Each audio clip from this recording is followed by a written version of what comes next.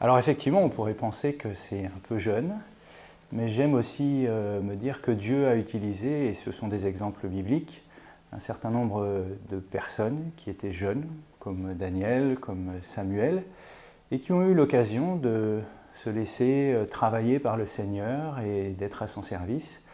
Donc c'est dans ce sens, avec cette confiance que je place en Dieu, la foi que je lui porte et que je veux avancer dans le ministère qui m'a été confié, dans cette responsabilité de secrétaire général de la Fédération.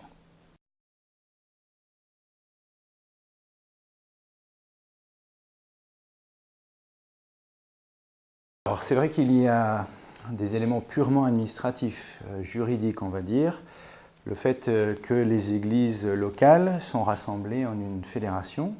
Comme les églises locales sont des associations, à la fois cultuelles mais aussi culturelles, eh bien, il y a un certain nombre d'aspects, on va dire, légaux à traiter.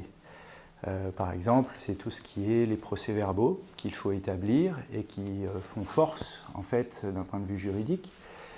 Il y a également tout ce qui est gestion des assemblées, des différentes réunions, la conservation des archives, qui est également un domaine important.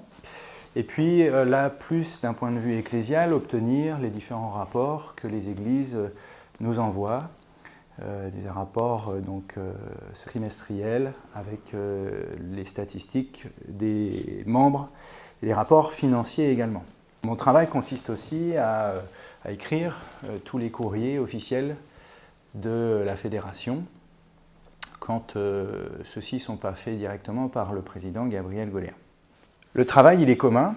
Il se fait avec donc, les membres du comité plénier, exécutif plénier, le conseil d'administration pour la FACSA, et il va consister à l'application des statuts, puisque nous sommes tous mandatés pour réaliser le travail qui nous a été confié lors de la dernière assemblée de la Fédération au mois de mai 2013, ça fait déjà quelques temps. L'idée, c'est que justement nous sommes mandatés pour faire que la Fédération aille dans le sens des orientations qui ont été décidées lors de l'assemblée de la Fédération. Je suis aussi en charge de m'assurer que le travail localement des secrétaires est fait correctement, avec un aspect de formation, un aspect de soutien, d'aide, que j'essaye d'apporter. Et nous aurons en l'occurrence au mois de mars prochain, début mars, un week-end de formation, conjointement d'ailleurs avec la trésorerie de la Fédération. Les trésoriers locaux seront présents. Un week-end de formation, d'échange, de partage des informations avec mes collaborateurs les plus proches. D'ailleurs, j'en profite pour les remercier officiellement. Et puis, je travaille aussi à la communication au sein de la fédération avec le pasteur qui est en face de moi, donc mon collègue et ami Gétro, Camille. Et on est en charge donc de diffuser les informations par rapport aux décisions, par rapport à certains communiqués que nous voulons faire, et puis la gestion du site. Et là encore, je veux remercier Gétro pour le travail qu'il réalise pour l'Église et pour la Fédération.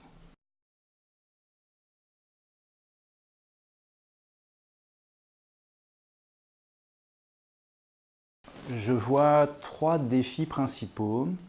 Le premier, il a été évoqué par le président dans son interview et qui consiste à travailler à la consolidation de la séparation entre d'un côté, comme je l'expliquais tout à l'heure, la partie cultuelle et de l'autre, la partie culturelle. Donc la FFN d'un côté, loi 1905, et la FACSA, loi 1901 de l'autre, les activités culturelles.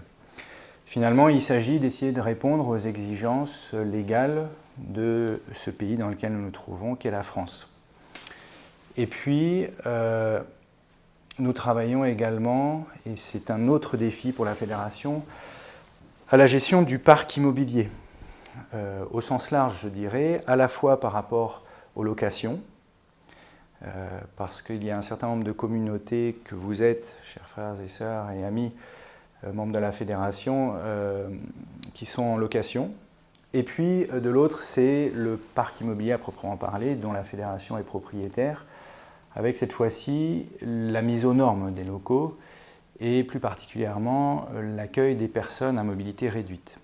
Et là, c'est vrai qu'il va y avoir du travail. Il y a une commission qui a été mise en place, qui va débuter très prochainement et qui va travailler justement sur ces aspects légaux et d'accueil du public. Et puis le troisième élément, c'est finalement, au-delà de tous ces aspects juridiques, administratifs, ne pas oublier le service que nous rendons à Dieu, la mission qu'il nous a confiée, et justement le travail qui consiste à être les témoins de sa parole, les témoins de cette joie que nous avons de le connaître, de l'amour qu'il nous porte et de la mission qu'il nous a confiée et qui veut que nous puissions propager cette bonne nouvelle, cet évangile de vie, de paix, d'amour autour de nous.